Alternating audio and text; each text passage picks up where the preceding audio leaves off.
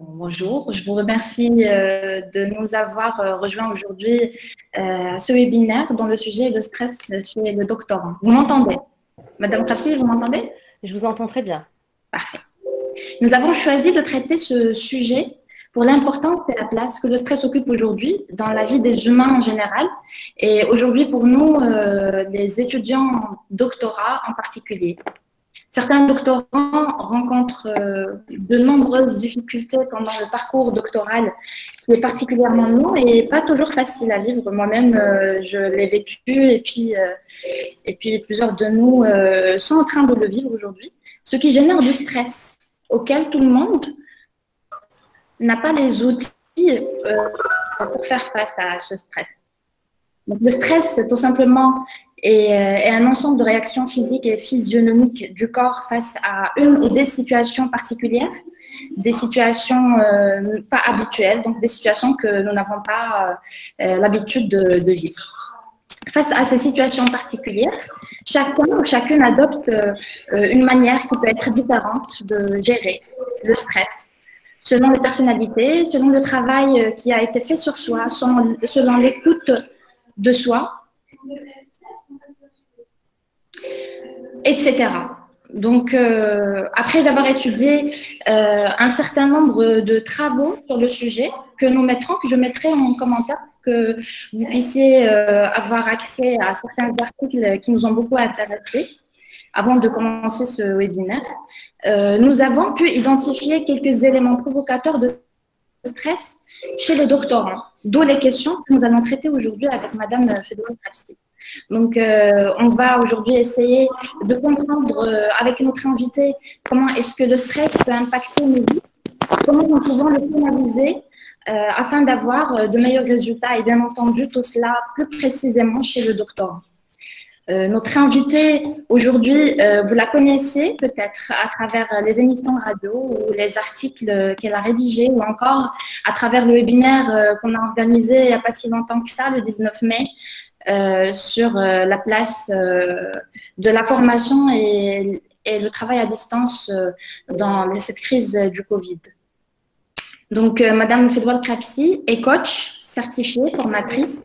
Elle conçoit des modules de formation qui sont dédiés à la gestion des carrières, à la valorisation de l'image professionnelle, à la communication et à la gestion du stress. Elle est aussi fondatrice de ACT Coaching, qui est basée à Paris, et elle peut être considérée comme une référence vraiment dans la gestion du stress, comme elle a travaillé pendant maintenant plusieurs années sur cette thématique.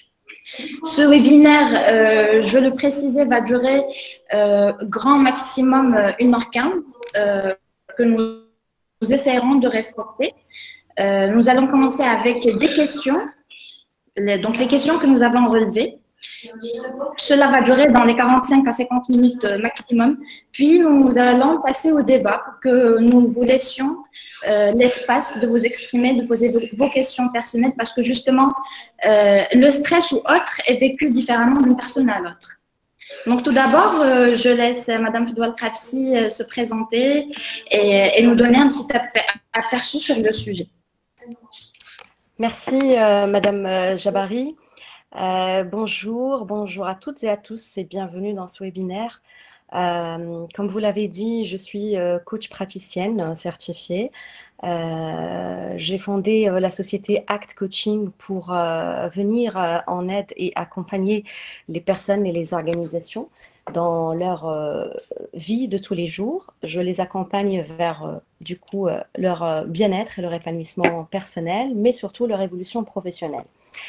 Je n'ai pas été coach toute ma vie. Je viens aussi du milieu de la recherche. J'ai fait des études de 3e cycle justement à Paris et je connais aussi ces thématiques liées au stress des examens, le stress de la recherche, etc. Et j'ai travaillé pendant une vingtaine d'années dans les métiers de la communication et du marketing. La communication étant mon métier de base et ma spécialité par rapport à mon parcours académique et à ces 20 années d'expérience professionnelle. Ce qui m'amène aujourd'hui à traiter des thématiques qui ont trait à la communication, justement, la communication verbale et la communication paraverbale, d'où ma spécialisation dans tout ce qui est évolution professionnelle. Donc, prise de parole en public, gestion des situations stressantes, justement, quand on est face à un public, mais aussi quand on est face à soi et face à une situation à enjeu, quel que soit l'enjeu. Ça peut être accomplir son travail de doctorat, ça peut être un rendez-vous d'embauche ou peut-être même un rendez-vous avec une personne importante qui va vous fournir des informations dans le cadre de votre recherche. Donc, si vous voulez en savoir plus sur moi, sur mon parcours, tout est disponible en ligne sur mon site internet www.act-coaching.fr. Mais sinon, bah, je suis avec vous sur les ondes de la radio au Maroc sur Médien tous les samedis à 10h30, heure locale, heure marocaine, et puis sur d'autres radios basées en France, mais maintenant, bon, toutes les radios sont disponibles également en ligne. Et à la radio, effectivement, je traite beaucoup la thématique de stress, que ce soit en langue arabe ou en langue française. Pourquoi on va parler du stress aujourd'hui? Parce qu'effectivement, on est tous victimes, entre guillemets, de stress dans la vie de tous les jours. On fait face à des situations stressantes. Aujourd'hui, la crise sanitaire, le coronavirus augmente notre stress. Donc, si à la base, nous sommes des personnes qui stressons quand on est face à un événement important, ou quand on le prépare, là aujourd'hui, le stress a augmenté à cause du coronavirus et notamment à cause de la peur d'attraper la maladie, la peur également de l'inconnu, parce qu'on ne sait pas comment ça va se terminer, et aussi la peur de les crises économiques, de comment vont se passer les examens, comment va évoluer mon travail de recherche, comment je vais contacter mon professeur encadrant, je suis tout seul, je suis isolée, je ne suis pas en contact avec les étudiants, etc., etc. Ce stress-là est tout à fait normal. Donc, la première chose à savoir, c'est que ce stress, vous l'avez bien dit, Madame Jabari, dans votre introduction, c'est une fonction physiologique. C'est une fonction physiologique qui vient de notre cerveau. Donc, il est inutile d'essayer de combattre le stress. On ne combat pas le stress, on ne lutte pas contre le stress, on essaye de le gérer. Chacun essaye de le gérer en fonction de ses capacités physiques, émotionnelles et psychologiques. Je pense qu'on va rentrer dans les détails plus tard, mais ce que j'ai envie de vous dire, sans pour autant rentrer, je ne veux pas faire un cours de neurosciences, mais juste pour vous expliquer pourquoi, qu'est-ce qu'on met derrière le mot stress, pour que vous compreniez bien plus en détail pourquoi on dit que le stress est une fonction physiologique. Donc, notre cerveau est réparti en trois niveaux. Nous avons la partie devant qui est la partie du cortex frontal, qui est la partie responsable de la réflexion, la logique, etc. Et nous avons la partie du milieu qui est le cerveau limbique. Ce cerveau limbique, il est responsable de nos émotions.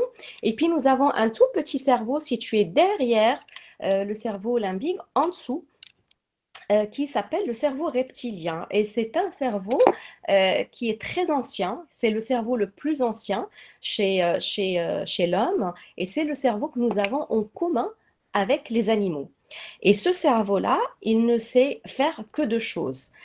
Deux choses que sont soit la fuite, soit le combat. Et quand est-ce qu'il réagit de cette façon-là, quand est-ce qu'il prend les commandes et il nous fait fuir ou il nous fait combattre, quand on est face à un danger, quand on est face à une peur. Donc ce danger-là ou cette menace peut être un danger réel, comme quand vous traversez la rue, il y a une voiture qui va foncer sur vous. Là, vous ne savez pas comment vous avez fait, mais vous vous retrouvez à l'autre côté, de l'autre côté du trottoir sain et sauf, mais vous ne savez pas comment vous avez fait, ni comment vous avez eu cette force pour courir ou pour sauter, etc. Donc, c'est votre cerveau reptilien qui a joué le jeu. Donc, ça, c'est une menace ou un danger réel. Mais ça peut être aussi un danger ou une menace projetée, donc subjective, et qui se résume dans la peur, en fait, la peur de l'inconnu. Donc, on stresse parce qu'on ne sait pas, par exemple, le jour de l'examen, quelles questions vont être posées. On stresse parce qu'un travail de doctorat est un travail qui est lent dans la durée. Et du coup, il nous faut du souffle, hein, c'est un travail d'endurance qu'on fait. Et puis, il y a des jours avec, il y a des jours sans, et on ne sait pas si les jours sans vont durer ou pas, quand est-ce qu'ils vont s'arrêter. Et donc, toutes ces situations-là engendrent du stress.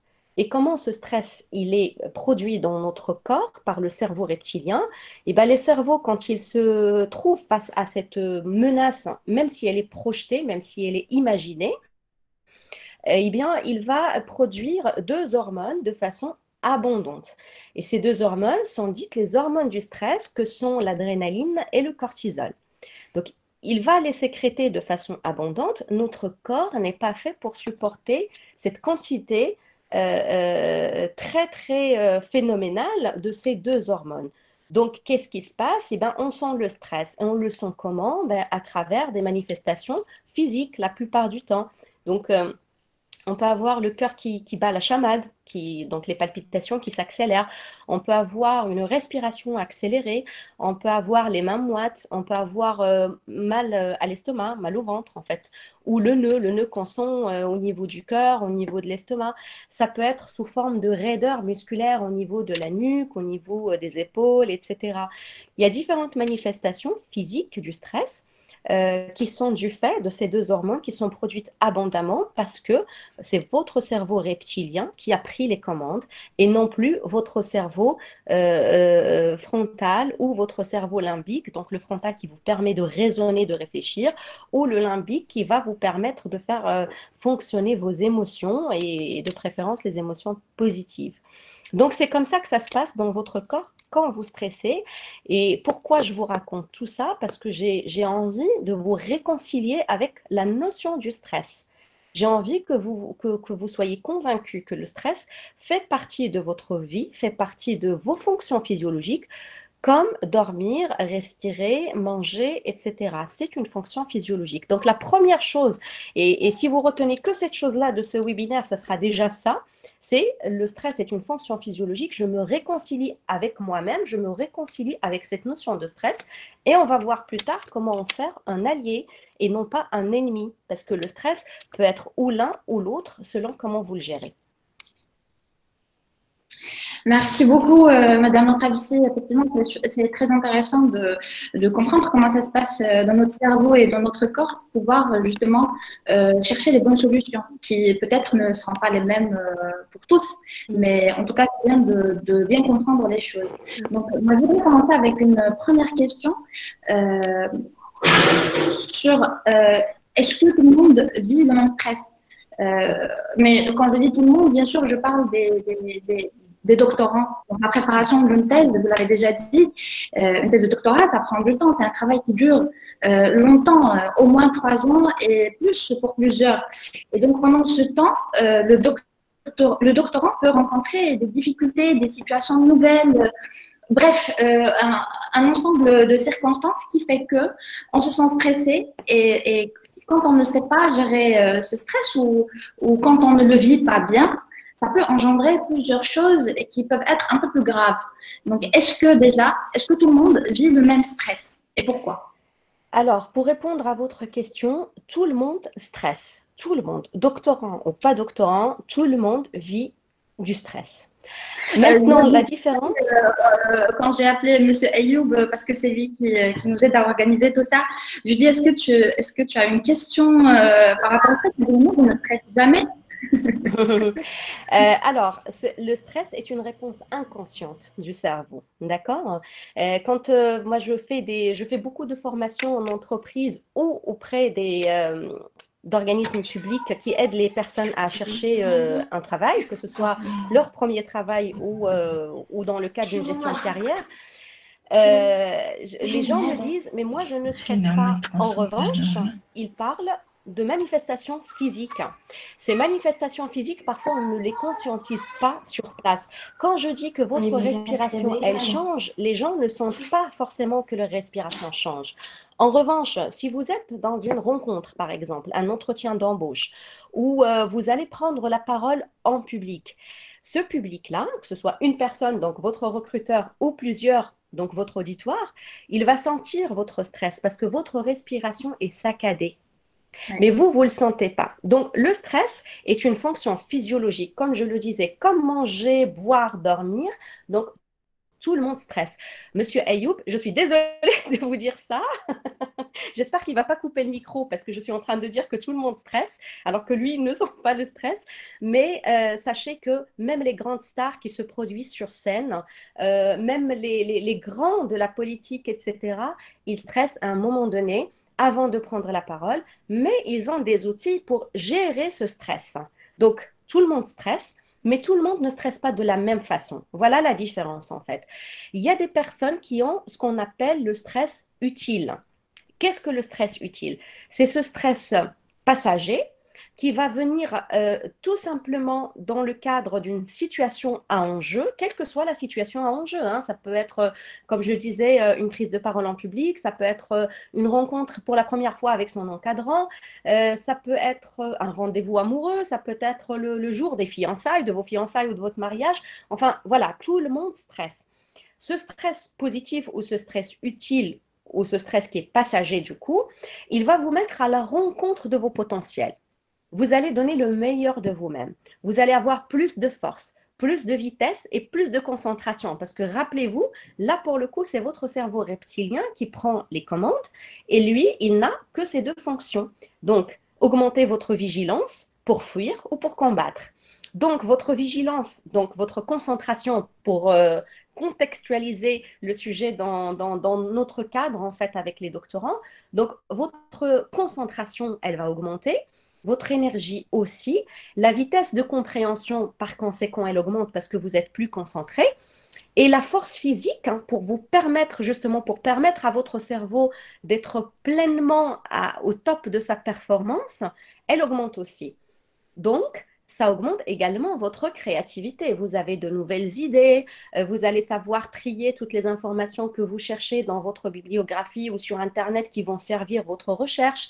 Vous allez peut-être avoir de nouvelles idées de chapitres à ajouter à votre recherche ou de personnes à contacter, etc. Et ça, c'est un stress positif. C'est pour ça que je vous disais tout à l'heure aussi, il faut se réconcilier avec cette notion de stress. Parce que le stress passager, il va nous mettre à la rencontre de tous nos ressources, de toutes nos ressources, pardon, et tous nos potentiels.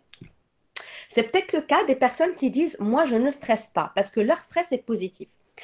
En revanche, d'autres personnes, d'autres doctorants pourraient vivre un stress dit chronique. Et pour le coup, là, c'est négatif parce que c'est un stress qui est continuel, c'est un stress qui est intense et c'est un stress qui est répété. Et donc, cette intensité, cette continuité et cette répétition font de ce stress un stress chronique, un stress négatif, un stress qui est aussi lié à notre mode de vie moderne. Parfois, dès le réveil, on est stressé. Pourquoi? Parce qu'on a mal dormi, parce qu'on a vécu une expérience négative juste avant de nous coucher, parce que le réveil le matin, il a sonné plus tard que ce qu'on voulait, parce qu'on a raté le bus ou le train, parce qu'il y a des bouchons, parce que il pleut alors que j'ai un rendez-vous très important et j'avais prévu de me mettre, par exemple, en tenue voilà, légère et élégante, parce que voilà, la personne avec qui j'ai rendez-vous n'est pas au rendez-vous, enfin n'est pas ponctuelle, parce que le travail de recherche que je voulais accomplir aujourd'hui, bah, ça ne se fait pas ou j'ai des embûches, je rencontre des difficultés. Et donc, cette cumulation et cette répétition de situations stressantes tout au long de la journée font que on va stresser de façon chronique. Et notre kit de survie d'urgence, hein, notre kit d'urgence dans notre corps, il n'est pas fait pour subir tout ce stress continuel. Et qu'est-ce que ça fait? On ne produit pas, on est nerveux, on est colérique, on est irrité et on est très fatigué parce que le stress fatigue physiquement. C'est pour ça que je disais tout à l'heure, c'est inconscient tout ce qui se passe dans notre corps. À la fin de la journée, nous sommes crevés, mais on ne sait pas pourquoi. Mais en fait, c'est juste parce qu'on a passé une journée très stressante. Et l'accumulation de tout ce stress peut amener à des maladies, dites des maladies psychosomatiques. Il faut savoir que le stress est le cancer de l'esprit. Il est responsable de 90% de maladies psychosomatiques du type diabète, cancer, etc. Donc la continuité du stress, elle peut être très néfaste. Voilà, j'espère que j'ai répondu à votre question. Donc pour résumer, tout le monde stresse, mais tout le monde ne stresse pas de la même façon. Parfaitement. Merci beaucoup, c'est intéressant à savoir, surtout que quand j'étais en train de lire un peu sur le sujet, j'ai vu qu'il y a même certaines personnes qui elles vivent tellement mal le stress qu'à un certain moment, surtout les doctorants, parce que j'ai surtout cherché dans le sujet du stress chez les doctorants. Il y a plusieurs doctorants qui, à un certain moment, ils sont tellement stressés, ils ne trouvent pas de solution ou comment gérer leur stress. À un certain moment, ils se sentent inutiles, complètement paumés. Donc, ça peut avoir effectivement un impact négatif sur certains et pas chez d'autres. Oui, tout à fait. Nous ne sommes pas tous égaux face au stress. Pour certains, leur stress est efficace. Il les pousse à surmonter rapidement une situation difficile. Et pour d'autres, il est contraignant, il est handicapant parce que quand il est excessif, bah, il a des répercussions sur notre morale, notre santé, etc. Et puis, il risque de s'installer dans la durée. D'accord. Alors, normalement, chaque année, début d'année, après s'être inscrit en thèse de doctorat, tous les ans, normalement, on doit faire un rapport d'avancement. Et plusieurs fois par an, on essaie de se voir avec les autres doctorants. Justement, cela permet parce que le doctorant travaille vraiment tout seul. Donc, à certains moments, on se sent seul. Et en tout cas, je sais qu'à Ibn Tufayl, les doctorants ont la chance de pouvoir se voir de façon périodique afin de parler de l'état d'avancement de leur sujet, mais surtout afin de fixer un certain nombre d'objectifs qui vont suivre pendant l'année. Mais pour une bonne partie des doctorants, c'est un peu difficile de suivre les objectifs et vraiment se limiter à ces objectifs et tout faire pour les atteindre.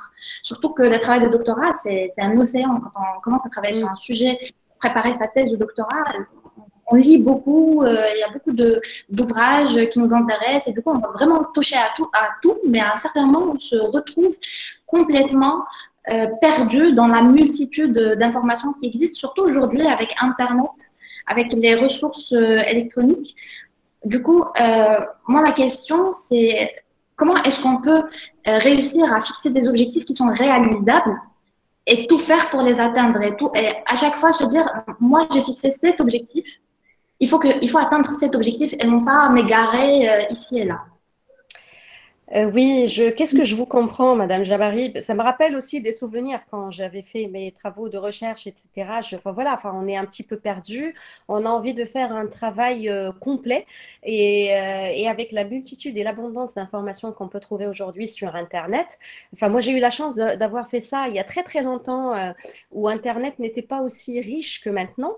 D'ailleurs, j'ai fait la première recherche sur Internet au Maroc à ce sujet-là et mes seules références, c'était des livres. Or, quand j'ai continué dans la recherche, bah, je me suis retrouvée dans la même situation.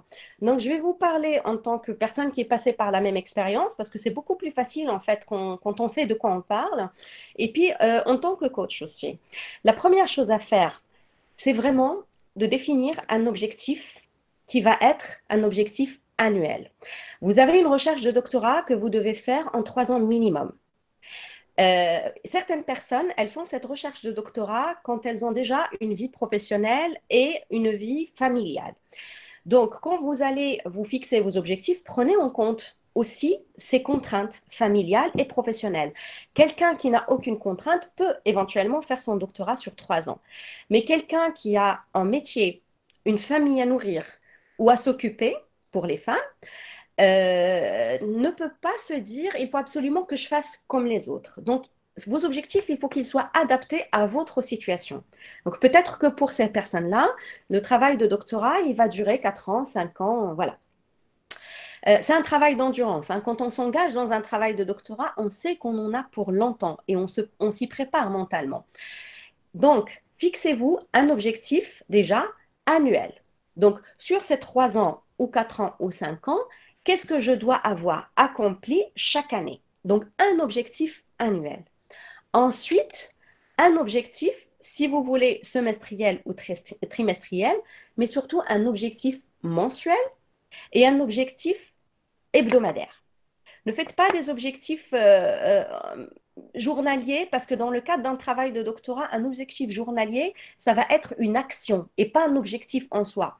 Par exemple, votre objectif journalier, ça peut être contacter tel collègue pour lui parler de tel sujet. Votre objectif journalier peut être trouver telle statistique ou faire par exemple telle partie de mon enquête. Mais votre objectif hebdomadaire ou votre objectif mensuel, ça va être avoir écrit par exemple tel chapitre ou telle partie de ma recherche ou avoir collecté toutes les informations qui me sont nécessaires pour écrire telle page. Ça va être ça, le type d'objectif que vous devez vous fixer. Donc, d'abord, précisez la durée idéale pour vous pour accomplir ce travail de doctorat. Et en fonction de cette durée, fixez-vous des objectifs annuels, des objectifs mensuels, des objectifs hebdomadaires et peut-être des objectifs journaliers qui vont être sous forme d'action et pas un objectif. Et pour que votre objectif il soit réalisable, que ce soit le journalier, l'hebdomadaire, le mensuel ou l'annuel ou peu importe, je vais vous donner une notion. En coaching, on appelle ça un objectif SMART.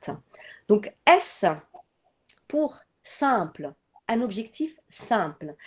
M pour mesurable. Vous pouvez mesurer, c'est-à-dire si vous vous dites, par exemple, je vais donner un exemple qui n'a rien à voir avec le doctorat pour vraiment donner une image précise. Si vous vous dites, je veux perdre du poids, ce n'est pas un objectif mesurable.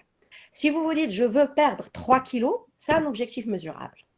Donc, si vous vous dites, je dois avoir collecté, par exemple, je dois chercher de la bibliographie, ce n'est pas un objectif mesurable. Mais si vous vous dites, aujourd'hui, je dois trouver au moins un livre ou une référence qui traite de mon sujet, ça, c'est un objectif mesurable. Vous voyez la différence?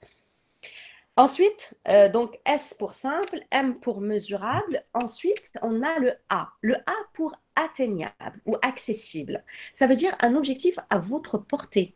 Si vous mettez la barre trop haut, si vous vous fixez des objectifs inatteignables ou trop durs à atteindre, vous allez juste vous frustrer. Vous allez tuer votre motivation. Vous le faites une fois, deux fois, trois fois, votre motivation est finie. Vous pouvez l'enterrer.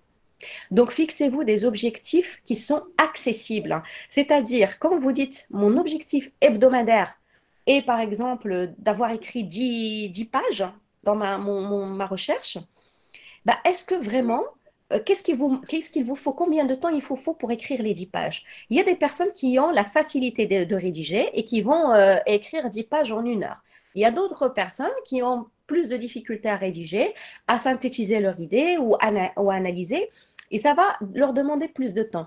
Donc, référez-vous à vous-même. Ne vous référez pas aux autres. Ce n'est pas parce que mon collègue doctorant a déjà fini un chapitre que je dois moi aussi finir le chapitre. Chacun fait en fonction de ses capacités. Donc, référez-vous à vos capacités physiques, énergétiques, mentales, vos capacités en termes de temps. Combien de temps il vous faut pour faire ça et combien de temps vous êtes prêt à accorder à cette tâche. Et aussi par rapport à votre investissement, je l'ai dit tout à l'heure, mais en énergie, voilà.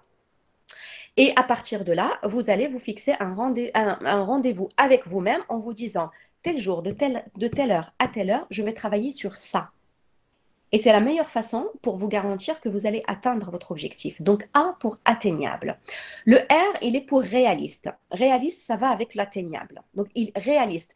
C'est-à-dire que, par exemple, moi, je vis dans une ville où il n'y a pas la mer. Ben, je ne peux pas dire mon objectif, c'est de faire de la pêche 1 fois par jour. Vous voyez ce que je veux dire? Il faut que votre objectif, il soit réaliste. Il faut qu'il soit à la portée, à votre portée, en fait. Et dans la mesure du possible, vous allez pouvoir le faire. Et puis, votre objectif, il faut qu'il soit temporel. Et j'ai commencé par ça en vous disant, fixez-vous des objectifs annuels, mensuels, hebdomadaires. C'est-à-dire que vous allez vous dire, d'ici dimanche, je vais faire ça. Si vous ne vous fixez pas de date et d'heure, votre objectif, il va se délayer. Et là, je ne vais pas rentrer dans les détails des lois du temps, etc. Mais il y a une loi du temps qui dit que l'objectif ou la tâche, elle va se délayer dans le temps que vous lui accordez. Par exemple, vous avez 5 minutes pour boire un café, vous allez le boire en 5 minutes. Vous avez 1 heure pour boire votre café, vous allez le boire en 1 heure. Idem, quand vous faites le ménage, vous pouvez le faire en 1 heure si vous n'avez qu'1 heure, comme vous pouvez le faire en 4 heures si vous avez 4 heures à tuer. Votre travail de recherche, il faut qu'il soit temporel. Parce que si vous ne vous fixez pas une deadline, comme on dit dans le milieu des entreprises, enfin un délai, une date fixe pour l'achever, vous allez le traîner, vous allez procrastiner. Donc, fixez-vous un objectif SMART. S pour simple, M pour mesurable, A pour accessible ou atteignable, R pour réaliste et T pour temporel. Votre objectif, il doit être clair, le plus clair possible. C'est comme si vous parliez à un enfant de 3 ans. Vous lui dites exactement ce qu'il faut faire. Ne parlez pas avec des formules génériques. Et ne parlez pas avec des formules négatives aussi. Par exemple, dans votre objectif, il faut que vous utilisez des verbes d'action et non pas des verbes négatifs comme je vais arrêter de procrastiner. Ça, c'est pas un objectif. Mais je vais faire telle action à telle date, ça, c'est un objectif. Donc, évitez les formulations négatives et les verbes négatifs. Mettez un peu plus d'énergie dans vos objectifs pour que cette énergie, elle jaillisse sur vous et que vous puissiez atteindre votre objectif. Très bien. Et du coup, dans le même sens, on a parlé d'objectifs, mais aussi si on parle du fait d'être complètement dispersé quand on fait notre recherche, je crois que c'est à peu près la même chose. C'est à peu près la même chose. C'est les mêmes. Alors, la dispersion est un problème de non-concentration. Une astuce pour ne pas vous disperser, fixez-vous la notion que vous êtes en train de chercher dans votre navigation sur Internet, par exemple, ou dans votre passage à la bibliothèque. Et évidemment, si vous aimez lire, vous allez trouver pléthore de livres ou pléthore de sites Internet qui sont intéressants, etc. Dans ces cas-là, si vous êtes un amoureux de la lecture, une amoureuse de la lecture, et si les sujets que vous rencontrez vous intéressent, prenez un petit papier ou votre téléphone sur la partie notes et notez toute cette bibliographie. Notez les sites Internet, vous pouvez les enregistrer sur votre ordinateur ou votre téléphone ou tablette. Notez tout ça et dites-vous, OK, ce n'est pas mon sujet principal. Ça peut être quelque chose qui a trait à votre recherche, mais en annexe. Donc dites-vous, ce n'est pas un sujet principal, c'est un sujet peut-être annexe ou c'est un sujet juste qui m'intéresse moi pour ma culture personnelle. Dans ce cas-là, mettez-le de côté et continuez votre recherche. Essayez de vous concentrer.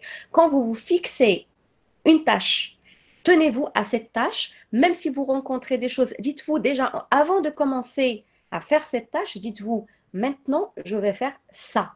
Je vais, par exemple, chercher un livre qui va traiter de l'économie solidaire. OK? Et cherchez que ça. Et si vous trouvez des sujets annexes, mettez-les de côté. Comme ça, vous n'êtes pas attiré par ces sujets-là, vous ne commencez pas à les lire et vous oubliez ce pourquoi vous êtes là.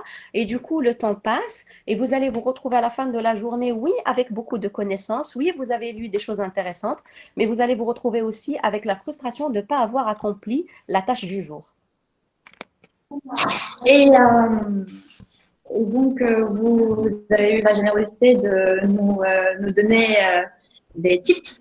Mais est-ce que je pourrais encore pousser un peu plus loin pour vous demander lors de vos séances de coaching, quels sont les outils et méthodes que vous, enfin, pas toutes, mais est-ce que vous pouvez nous donner quelques méthodes, quelques outils que les doctorants, ou même nous chercheurs, parce qu'après le doctorat, c'est pas la fin, il faut continuer à chercher. Donc, moi, je profite de ce webinaire pour apprendre beaucoup de choses, afin de remédier justement au stress.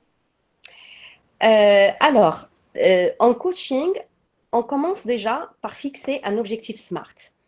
Et vous allez me dire, vous nous avez tout dit, oui, je vous ai donné l'outil, mais il est tellement difficile quand on est seul pour l'appliquer tout seul, sauf si on a cette intelligence de nous critiquer nous-mêmes.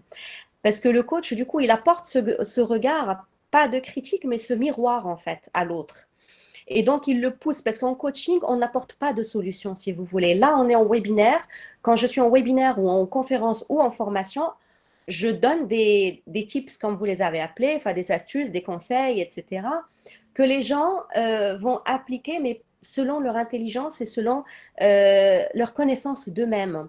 En coaching, les gens ne se connaissent pas. Et souvent, le problème de stress, il vient de problèmes beaucoup plus profonds. Donc, on va me dire qu'on stresse, par exemple, moi je coach beaucoup de personnes pour la prise de parole en public, soit que ce soit pour la préparation d'un entretien d'embauche ou pour la prise de parole face à un public, par exemple, il y a des directeurs ou des gens qui doivent animer une réunion, etc. Et ils ne savent pas faire, ils transpirent, etc. Ils bug, ils oublient les mots. Donc là, pour le coup, on travaille des choses plus profondes en coaching que sont la confiance en soi. Et la confiance en soi, il y a des outils spécifiques en coaching. En formation ou en atelier, on fait des jeux, on fait des mises en situation, On fait également des jeux de rôle, des jeux de respiration. Je fais aussi beaucoup de méditation pour aider mes coachés à déstresser. Et je fais de la PNL, hein. C'est de la programmation neurolinguistique et c'est complètement, comment dire, c'est un métier en fait. Même si je vous donne l'outil, moi-même je connais les outils, mais je ne peux pas les appliquer sur moi parce que c'est quelque chose qui doit se faire à deux. Mais pour vous dire, pour traiter le stress en séance de coaching, on traite des problèmes qui sont là avant et qui vont provoquer ce stress chronique. Donc, la confiance en soi, l'estime de soi, l'image qu'on a de soi. Et puis, on booste la personne dans sa confiance et dans son énergie pour qu'elle puisse avoir ce charisme naturel, ce leadership, pour qu'elle puisse affronter toutes les situations à enjeu sans, je dirais pas sans stresser, mais sans que le stress prenne toute la place. Voilà, en sachant maîtriser le stress. Donc, en coaching, on aide la personne à se connaître, en fait, pour trouver tous les outils et savoir les appliquer afin de gérer le stress. En revanche, on commence toujours par fixer un objectif SMART. Et après, enfin, moi, comme je suis PNListe, donc j'utilise la programmation neurolinguistique qui consiste à programmer l'inconscient de la personne pour qu'elle ait confiance et pour qu'elle gère mieux le stress et pour pas qu'elle ait cette peur de l'autre, la peur de l'inconnu.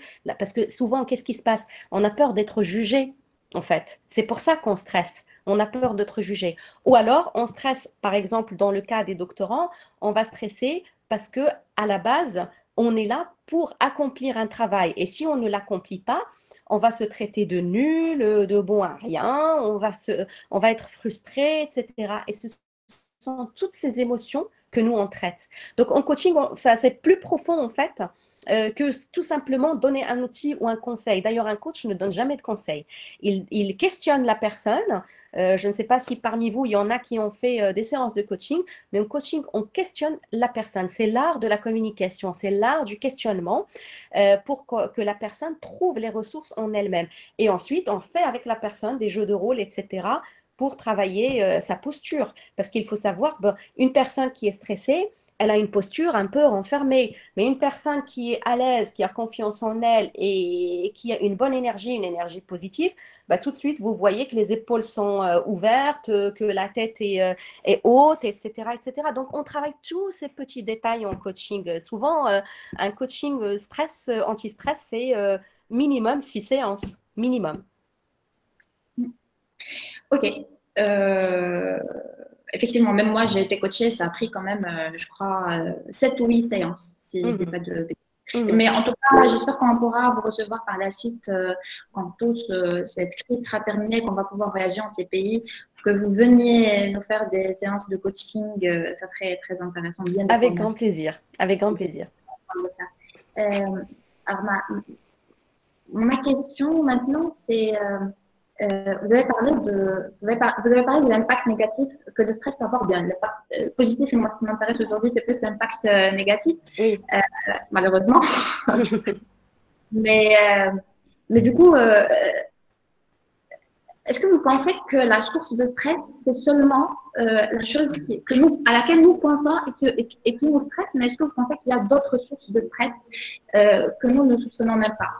Oui, alors justement, c'est ce que je disais quand vous m'avez posé la question sur les outils en coaching.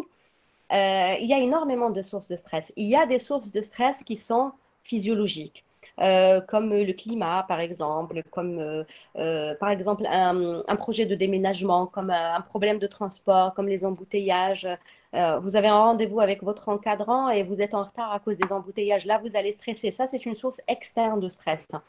Et puis, il y a des sources, par exemple, de stress qui sont plus profondes. Par exemple, le manque d'argent. Par exemple, quand on a trop de travail.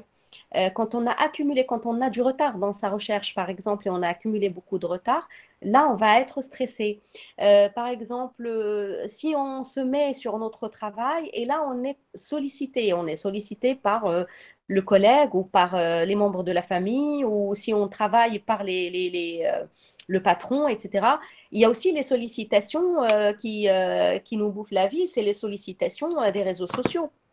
On est en train de travailler et toutes les 3 secondes, il y a une notification qui arrive. Et ça nous déconcentre. Et il faut savoir que la notification, elle va durer 2 secondes. Et puis, quand vous allez la lire, ça va peut-être vous prendre 1 minute ou 2. Mais pour vous reconcentrer sur la tâche que vous étiez en train de faire, il va vous falloir 20 minutes afin de vous reconcentrer. Donc, vous vous rendez compte tout le temps qui est perdu avec ces sollicitations. Et quand elles sont multiples, bah, elles causent du stress. Donc, ça, c'est une source de stress.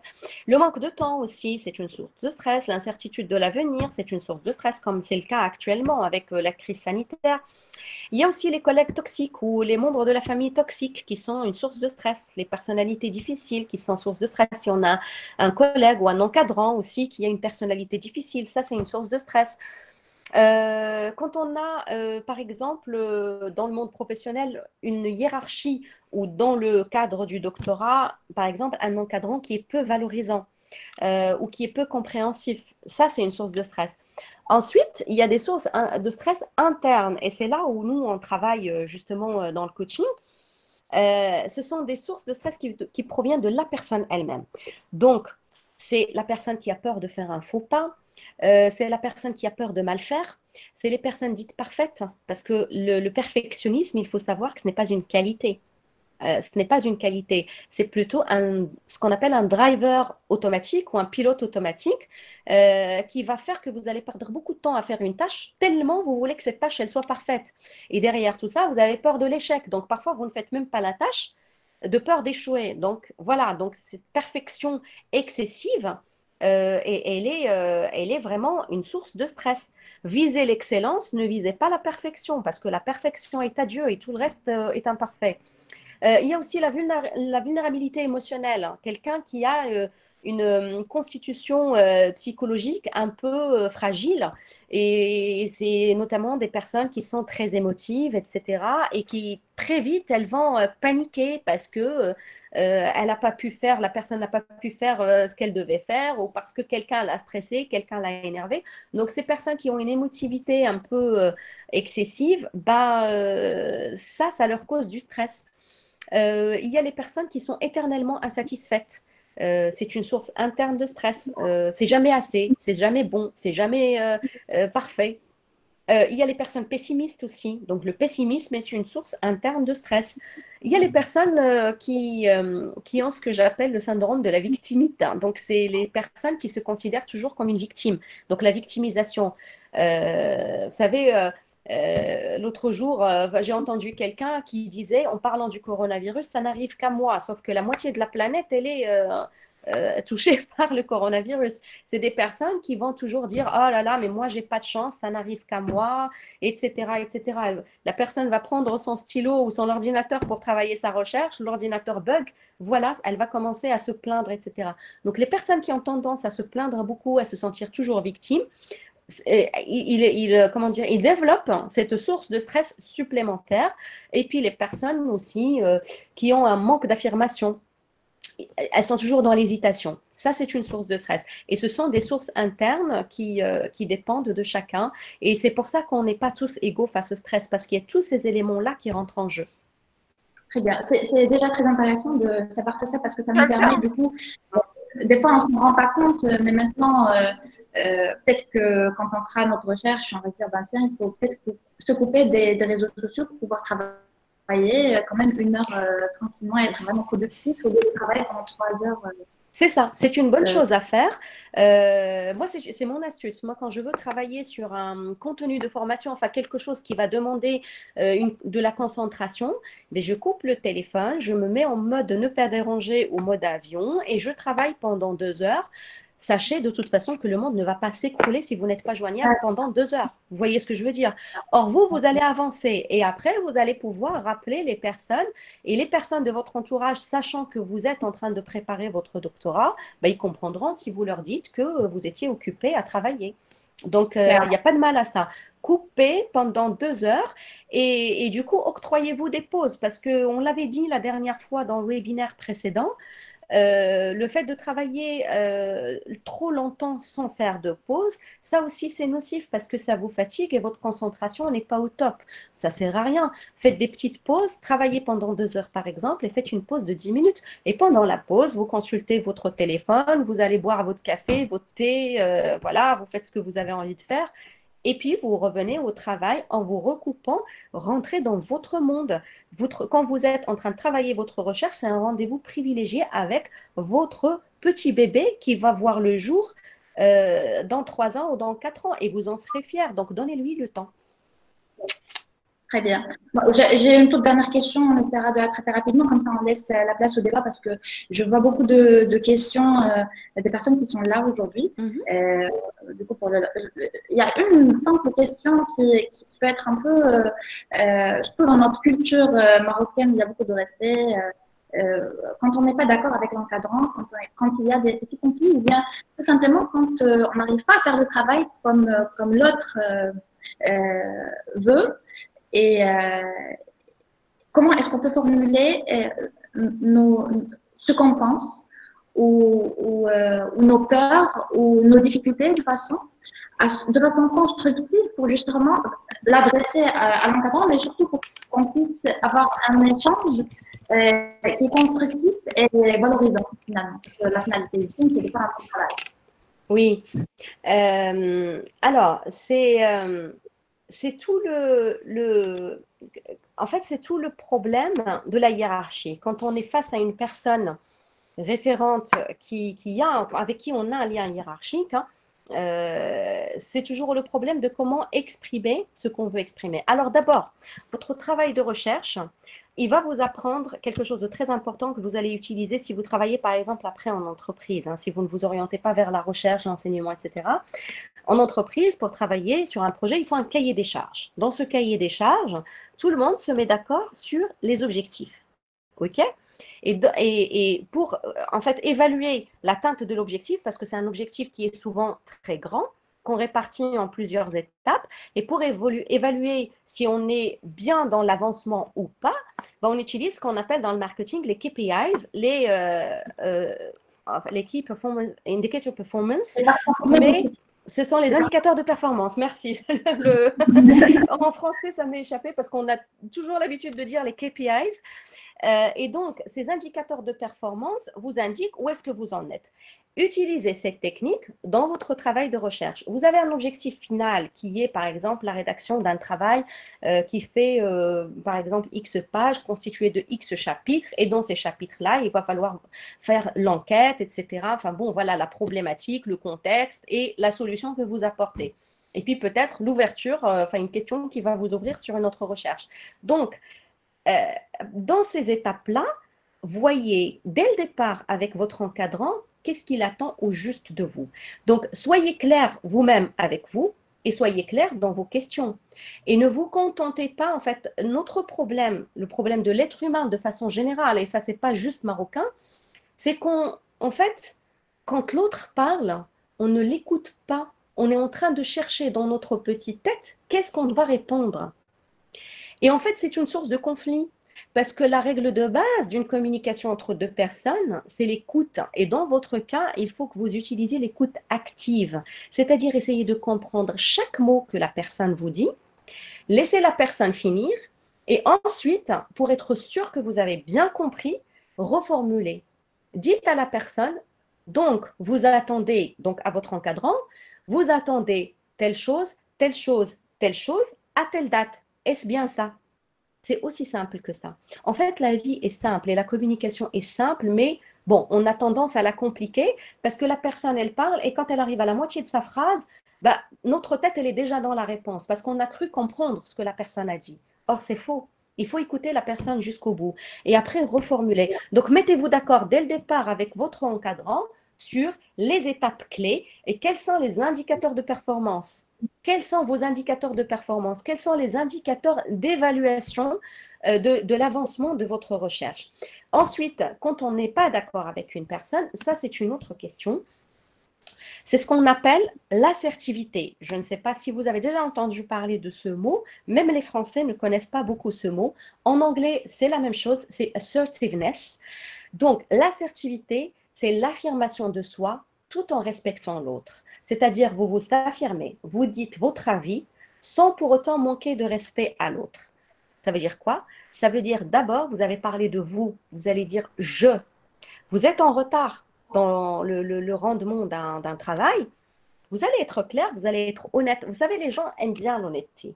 Ça ne sert à rien. On n'est pas des enfants à dire ah oui, mais je croyais que, etc. Non, dites les choses telles qu'elles sont. Assumez que vous êtes un être humain et qu'un être humain, il peut être en retard, il peut faire des erreurs, il peut aussi ne pas être d'accord avec l'encadrant parce que vous êtes à un niveau intellectuel où vous avez acquis une maturité intellectuelle qui vous permet d'affirmer votre avis aussi. Vous n'êtes pas des enfants face à un tuteur. Vous êtes avec un futur collègue. Dans quelques années, dans quelques mois, vous allez être des collègues. Vous allez être tous les deux des docteurs, chercheurs, etc. Donc, ne vous infantilisez pas et ne vous laissez pas infantiliser par l'autre. C'est avec beaucoup de respect envers les encadrants que je dis cela. Hein. Ça ne veut pas dire qu'on leur manque de respect. Ils sont là pour vous guider, ils sont là pour vous orienter. Mais si vous n'êtes pas d'accord et vous êtes pertinemment conscient et convaincu que ce que vous voulez dire est juste, dites-le avec des mots polis, courtois, en disant je, en commençant votre passe par je et non pas tu ou vous, selon si vous tutoyez ou vous voyez votre encadrant, vous n'allez pas lui dire tu as tort. Non, on ne parle pas comme ça à son encadrant, mais on va lui dire je pense qu'il est plus pertinent de traiter telle thématique de cette façon-là. Qu'est-ce que vous en pensez? Vous lui rendez son importance, vous lui rendez en fait son mérite, parce qu'il est là aussi pour vous conseiller, pour vous orienter. S'il est là aujourd'hui avec vous, c'est qu'il a peut-être d'ailleurs sûrement, hein, il a sûrement plus de connaissances que vous en la matière, mais ça n'empêche pas que vous aussi, vous pouvez avoir des choses à dire. Vous savez, c'est exactement comme la relation entre un parent et un enfant. Ce n'est pas juste le parent qui apprend à l'enfant la vie, mais nos enfants nous apprennent la vie aussi. Il faut être prêt à écouter. On apprend. Moi, quand je suis en formation, j'apprends de mes stagiaires. D'accord.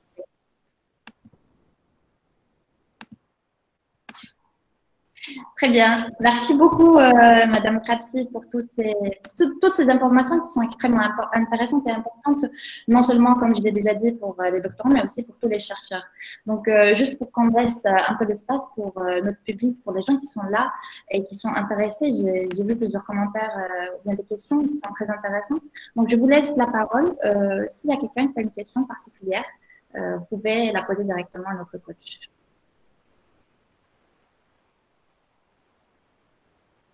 Ah, pour parler, il faut activer le. Sinon, il y a des questions qu'on peut lire ici. Alors, si vous voulez, avant de. Si personne ne prend la parole, il y a déjà des questions. Je suis en train de regarder dans le chat. Il y a Ashraf qui demande est-ce que la pratique du sport peut diminuer le stress? Oui, tout à fait. Le sport, il permet de dégager du corps cette hormone de stress dont je vous ai parlé au début du webinaire qui s'appelle le cortisol. Donc, le sport, oui, il peut vous aider à diminuer le stress. Et d'ailleurs, si vous vous sentez stressé, ça ne sert à rien de vous battre contre votre recherche. Allez faire une petite séance de sport de 20 minutes, prenez votre douche et vous allez au top de votre performance. Il y a quelqu'un qui dit parfois je me sens débordée et j'oublie rapidement ce que j'ai révisé. Oui. Alors ça, c'est peut-être parce que vous avez un petit peu donné trop d'informations à votre cerveau, il est fatigué. Donc, ce qu'on appelle communément le surmenage. Hein. Vous vous surmenez, vous vous fatiguez. Donc, à ce moment-là, prenez une petite pause qui peut être d'une journée. Par exemple, dites-vous, ce jour-là, parce que comme on a dit, c'est un travail qui s'inscrit dans la durée. Donc, il vous faut aussi des pauses. Faites-vous une petite pause d'une journée en vous disant, ce jour-là, je ne ferai rien, mais faites des choses qui vont vous aider à vous relaxer. Donc, si vous pratiquez la méditation, allez-y, le yoga, le qigong, tous les arts martiaux d'ailleurs, hein, et toutes les gymnastiques chinoises sont bonnes pour ça. Ça peut être aussi juste la méditation. Et pour les personnes qui font la prière, vous savez, la prière, c'est une forme de méditation. Et puis, revenez quand vous êtes vraiment reposé. Et pendant ce temps, s'il y a beaucoup de choses, parce que je vois aussi une question sur l'overthinking, s'il y a beaucoup de choses qui se passent dans votre cerveau, déchargez votre cerveau par un outil magique et simple qui est l'écriture. ayez toujours, en tant que chercheur, ayez toujours un calepin, un petit cahier et un stylo. Et franchement, je vous conseille de le faire avec un stylo et un cahier et écrivez tout ce qui vous passe par la tête. Par exemple, vous êtes en train de faire quelque chose et vous pensez à autre chose, et ben, ce à quoi vous avez pensé, écrivez-le. Et comme ça va décharger votre cerveau de cette chose-là. Vous allez vous concentrer sur votre tâche actuelle et ensuite, vous allez traiter la deuxième tâche qui est apparue comme ça, qui a fait son apparition comme un petit nuage d'été. Donc, voilà. Il y a une autre question qui me paraît intéressante de Karim Aïch, monsieur Karim Aïch. C'est comment est-ce qu'on peut vaincre la peur de la page blanche? Parce que c'est une bonne question. Il y a La deux peur questions. de, excusez-moi, j'ai pas entendu. La peur de quoi? De la page blanche. De la De page la page. blanche. Hmm. Parce que déjà, avoir la peur de la page blanche, c'est que certainement, on ne va rien écrire. Enfin, je crois que c'est ça que Je ça veut dire. pense, oui, je pense que c'est ça. Comment on vaincre la peur de la page blanche? Ben, en s'exerçant, en fait. Parce que la page blanche, oui, tout ce qui est vide, le vide, il fait peur, en fait. Le vide fait peur. Donc, je ne sais pas si vous connaissez les techniques du mind mapping, la carte mentale. Vous ne pouvez pas, il y a des personnes qui, si vous êtes comme moi, je ne peux pas commencer à rédiger comme ça des phrases. Mettez des mots-clés. Écrivez juste des mots-clés. Donc, remplissez votre page blanche avec un mot-clé, un mot par-ci, un mot par-là, et ensuite, vous allez formuler vos phrasés. C'est beaucoup plus simple. C'est la technique qui s'appelle la carte mentale ou le mind mapping. Vous pouvez peut-être trouver ça sur Internet ou sinon, voilà. Enfin, si jamais je me présente à Kelitra, je pourrais vous faire un atelier sur le mind mapping. Parce que là, il faut pour le coup qu'on se voit réellement et pas virtuellement. Mais voilà, la peur de la page blanche, bah, écrivez des mots-clés et exercez-vous pour plus avoir peur de la page blanche. Parfait. Il y a deux autres questions qui ont été posées. Vous pouvez les lire. Laquelle? Après avoir arrêté le travail de recherche pendant une bonne période, comment reprendre le fil et la motivation? Il y a une autre personne qui demande y a-t-il un rapport entre le stress et l'anxiété? Y a-t-il un lien, c'est ça, entre le stress et l'anxiété? Et l'autre question, c'est après avoir arrêté le travail de recherche pendant une bonne période, comment reprendre le fil et la motivation? D'accord. Alors, le stress et l'anxiété, c'est simple. Si vous souffrez du stress chronique, hein, le stress, il provient de la peur, comme je vous ai dit. Une petite peur va devenir une grande peur si vous stressez continuellement. Et cette grande peur, elle va augmenter pour devenir une sorte d'angoisse et d'anxiété. Donc oui, il y a un lien. Trop de stress peut vous amener à l'anxiété, à l'angoisse et même aux crises de panique. Ce que je ne vous souhaite pas quand même. Voilà.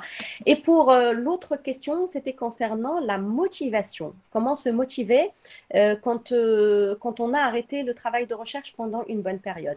Alors, la motivation en soi est comme un muscle. Il faut l'entraîner et l'entretenir. C'est vraiment comme un muscle. Quand vous faites du sport, si vous vous arrêtez pendant une bonne période, ben, votre corps est flasque et du coup, vous n'avez pas la motivation nécessaire pour reprendre. Il faut vraiment que vous vous forciez.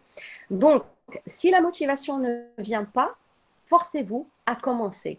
Parce que, comme je l'ai dit, la motivation est un muscle. Un muscle, il a besoin d'exercice. Donc, mettez-vous à l'action. La première fois, vous allez vous forcer. Mais une fois, vous allez réaliser un résultat. Ce résultat-là, c'est un progrès que vous allez atteindre. Et le progrès vous amène la motivation. Autre chose, sachez qu'il y a deux types de motivation. Hein. Il y a une motivation intrinsèque et une motivation extrinsèque. Donc, la motivation intrinsèque, c'est là-dessus où il faut jouer parce que c'est la plus efficace. Rappelez-vous, quel est le bénéfice de faire cette tâche? Quel est le bénéfice de reprendre ces recherches doctorales? Est-ce que le bénéfice, c'est d'avoir un beau diplôme à la clé, un diplôme de doctorat? Est-ce que c'est votre reconnaissance envers vous? Est-ce que c'est la reconnaissance sociale? Est-ce que, par exemple, c'est l'obtention d'un bon poste à la clé? Faire quelque chose qui vous plaît. Donc, trouver le bénéfice en fait de l'action. Et ce bénéfice-là, ça va être une source de motivation intrinsèque qui va vous aider à mieux vous engager et à persévérer dans le travail de doctorat. Donc, posez des questions, posez des actions concrètes et référez-vous aux raisons qui ont fait que vous avez entrepris ces études doctorales. Est-ce que c'est le diplôme? Est-ce que c'est le poste? Est-ce que c'est la passion pour la recherche ou pour la transmission, le partage, l'apprentissage? Est-ce que ça a un trait à vos valeurs plus profondes? Voilà, toutes ces questions-là qui vont régénérer, on va dire, la motivation. Alors, une toute dernière question, parce qu'on arrive au temps prévu pour ce webinaire. Il y a une dernière question de Takwa qui dit comment gérer le stress au moment de la soutenance de thèse. Ah, en fait, ça rejoint ce qu'on disait tout à l'heure. C'est un travail à faire. Là, pour le coup, la soutenance, c'est une prise de parole en public. Et on a toujours peur d'avoir le trou de mémoire, parfois on a peur juste voilà, de tomber dans les pommes ou d'oublier des choses, etc. Là, il faut travailler vraiment plus profondément que ça, il faut travailler la peur. Et il faut s'entraîner. Une chose que vous pouvez faire si vous êtes outillé pour ça et vous avez l'habitude, c'est la visualisation. Visualiser la soutenance, visualiser le lieu, visualiser que ça va bien se passer. Travaillez votre pensée positive, en fait.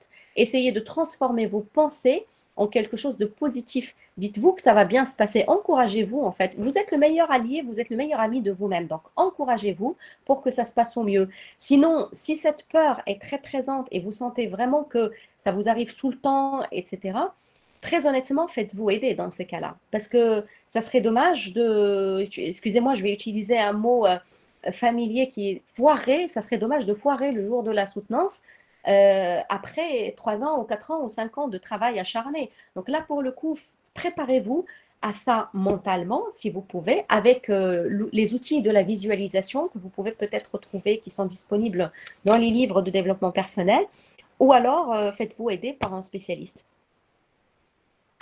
Très bien, merci beaucoup Madame Travessi. On arrive à la fin de ce webinaire. J'espère vous voir très bientôt et je vous remercie énormément pour votre temps. Je sais que ça a été très difficile de pouvoir trouver un petit créneau avec vous. Je remercie le CED parce qu'il nous a permis d'organiser tout cela, M. Youb Yassali et M.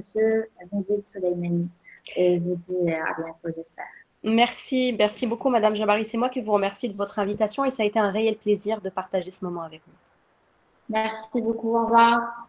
Au revoir et bon courage à tous les doctorants et tous les chercheurs.